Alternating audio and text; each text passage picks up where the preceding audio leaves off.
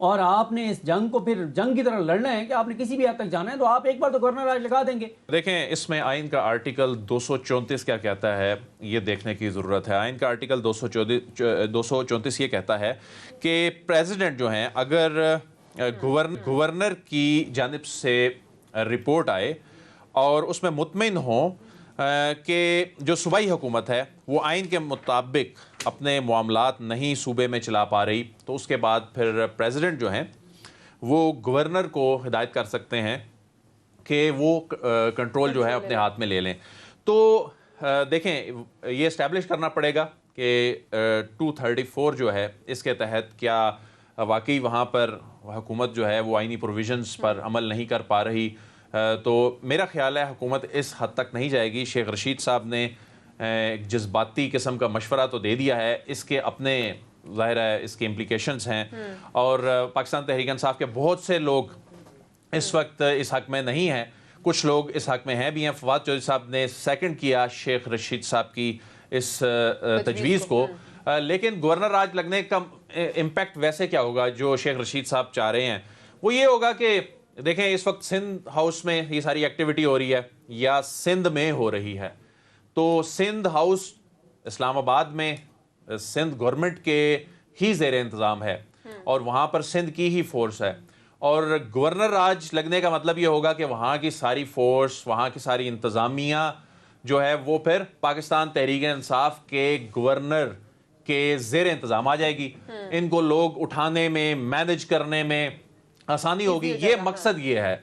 लेकिन फिर इस पे सवाल ये होगा जी, देखें जी, ये गैर आइनी काम तो है नहीं है वैसे, और अगर आइनी, गैर आइनी और जमहूरी इक़्तिदार की बात अब चल ही निकले तो उसके बाद फिर कहेंगे जी, लोग ये भी कह सकते हैं कि आप जो काम सिंध हाउस में कर रहे हैं ये कौन सा जमहूरी और आइनी काम कर रहे हैं। खुद आप अपने अरकान को लिख रहे हैं कि ये इनखराब जो है वो 63A की खिलाफ वर्जी है, खुद आप कह रहे हैं कि 63A का इतलाक हो जाएगा, ये गैर आइनी काम है, आप अगर ये करेंगे तो आप नाअहल हो जाएंगे, और दूसरी जानिब आप खुद ये काम कर रहे हैं कि पाकिस्तान तहरीक इंसाफ के अरकान तोड़ रहे हैं। बहरहाल इस पे डिसीजन तो प्राइम मिनिस्टर इमरान खान ने लेना है, लेकिन मेरा नहीं ख्याल कि मामलात गवर्नर राज की तरफ जाएं। इमरान खान इस वक्त खामोश हैं। इमरान नहीं ले सकते इमरान खान साहब। इमरान खान इस वक्त, इमरान खान की कानूनी टीम जिन ग्राउंड्स पे उनको मशवरे दे रही है, अगर हमारे साथ कोई पाकिस्तान तहरीक इंसाफ की जानिब से कोई मौजूद है, उनसे कांटेक्ट किया जा रहा है, उस पर भी हम जाते हैं। लेकिन उससे पहले मैं सिद्दीक आपकी तरफ आऊंगी। आपको क्या लगता है जो शेख रशीद साहब ने तजवीज़ दी है वो कहीं ना कहीं किसी न किसी हद तक ऑप्शन है? क्योंकि एक ऑप्शन थोड़ी देर पहले तो आपने बताया जिस पर गौर हो रहा है पाकिस्तान तहरीक इंसाफ के अंदर के असेंबली को डिसॉल्व कर दिया जाए, लेकिन क्या जो शेख रशीद साहब ने इस वक्त तजवीज़ दिया, क्या ऐसे भी गौर हो रहा है, क्या इस पर भी बात हो रही है, क्या ये भी कहीं ना कहीं सोचा जा रहा है इस हवाले से?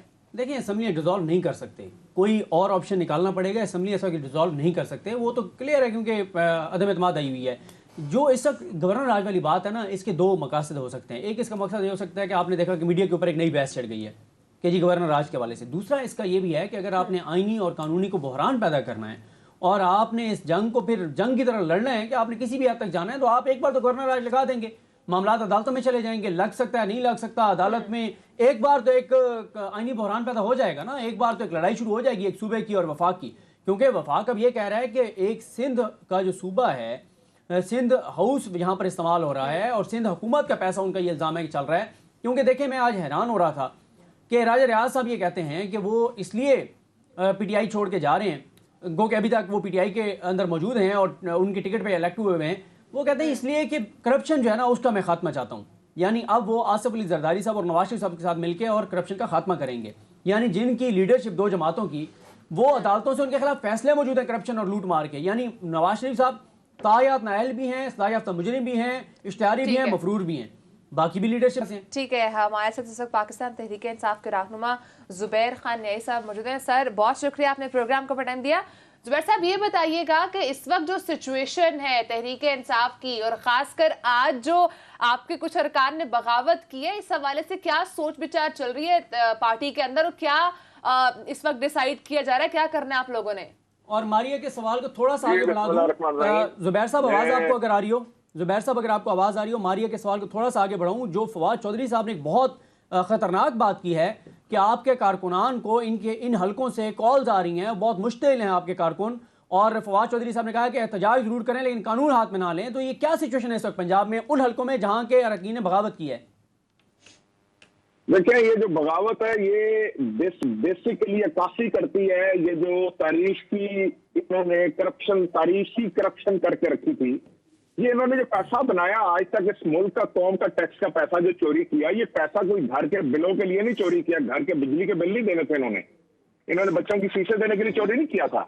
इन्होंने इसीलिए चोरी किया था कि ये ग्रेटर एस्टैब्लिशमेंट बन जाए। अगर आपको याद हो जनरल दुरानी की जो एफिडेविट है जो असगर खान केस में है, काश उस केस का फैसला हो जाता, काश हमारी अदालतें आज तक इस ऐसे लोगों को टांग के उनको मिसाल बना देती तो आज ये मकाम ये दौर ना देखना पड़ता हमें।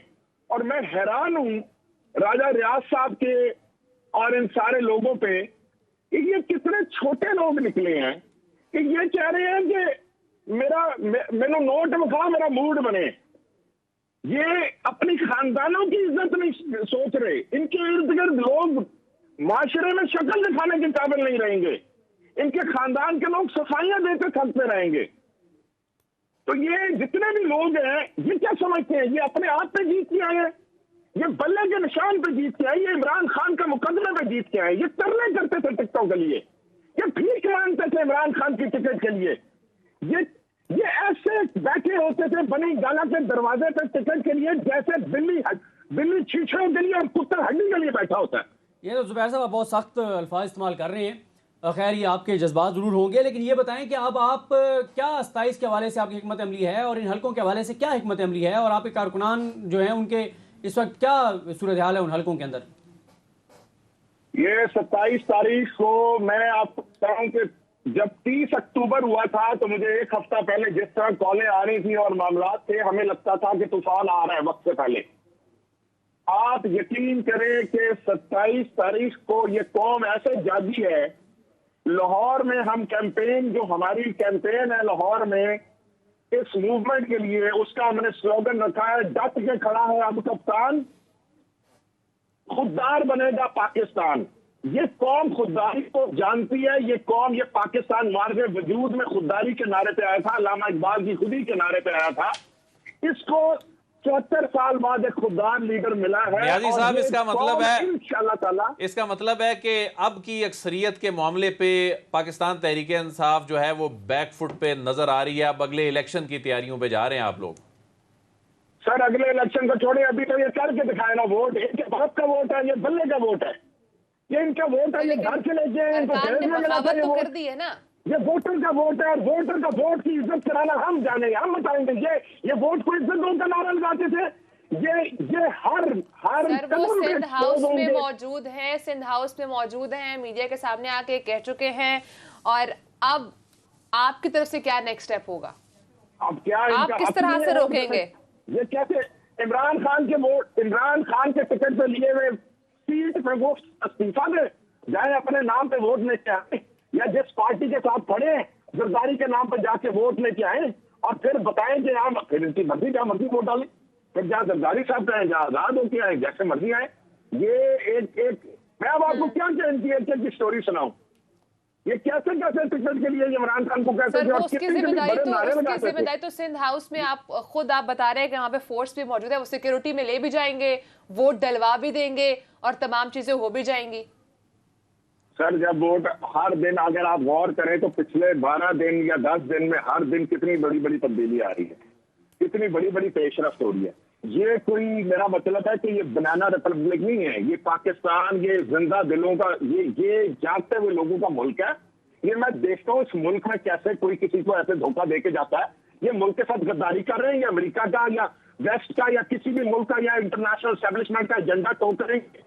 इमरान खान जो इस मुल्क को अमेरिका से या उन कुव्वतों से, उन पॉलिसियों से आजाद दिलाना चाहता है, ये समझते हैं कि ये चंद प्यादे इमरान खान को नाकाम कर देंगे, कौम के उमंगों को ये चंद प्यादे नाकाम करेंगे। नियाज़ी साहब देखें, एक इनकी तदबीर है और फिर एक अल्लाह की तदबीर है। नियाज़ी साहब बड़े जज्बाती हैं। तदबीर है और इंशाल्लाह मैं देखना, आप देखेंगे, आप इस तरह हमें फिर दोबारा लाइन पे लेंगे और हम आपको बताएंगे कि ये कितने दलील और रसवा हुआ और कामयाब कौन हुआ है? अल्हम्दुलिल्लाह इमरान खान होगा और पाकिस्तान होगा। लेकिन आप अपने अरकान को लाइन पर ले आते ना वक्त पर, तो ये दिन ना देखना पड़ता। न्याजी साहब, ये भी कहा जा रहा है कि खान साहब ने इसको बड़ा कैजुअल लिया शुरू में। जिसको भूख ही नोट की हो, अगर उसको नोट ही ना खिलाया जा चुका, अगर 3.5 साल जिनको भूख ही नोट नहीं थी, अगर उसकी भूख इतनी नोट से थी तो इमरान खान ने तो नोट नहीं खिलाना था ना, तो उसकी भूख बढ़ती गई। तो अब आपका प्लान ऑफ एक्शन क्या है? जिस बंदे ने आपके साथ रुकना ही तब है जब उसकी नोट की भूख, उसकी रोकड़े की भूख आप मिटाएंगे। अगर इमरान खान नेशनल लेवल के सारे जो लीडर बने फिर रहे थे नेशनल असेंबली के, ये इतनी बड़ी शूरा में बैठे हुए थे, इस्लामी जमहूरिया पाकिस्तान की शूरा में ये बैठे हुए थे, इनको इज्जत रास नहीं आई, ये आज नंगे हुए हैं। मैं समझता हूँ ये बेनकाब हुए हैं। इमरान खान सुरखरू हुआ है आज भी। देखिए न्याजी साहब, सुरखरू हुआ है। न्याजी साहब, ये लोग आप कह रहा था जलसे में 4 दिन पहले, न्याजी साहब जलसे में क्या उसने कहा कि इनको हमारे लोगों को नोट ऑफर हो रहे हैं, हमारे लोगों को पैसा दिया जा रहा है। ये पहले बता दिया गया था, आज ये साबित हो गया। न्याजी साहब, इन लोगों को अब इस मामले को आपने आईनी मैदान में लड़ना है ना। अब ये ठीक है, इमरान खान साहब इनको एक्सपोज कर रहे हैं, लेकिन आप लोगों ने अपनी अक्सरियत तो इंटैक्ट रखनी है ना। फ्लोर क्रॉसिंग के बारे में आइन क्या कहता है? आप बताएं कि पैसा लेके जमीर बेचने वाले के बारे में आइन क्या कहता है?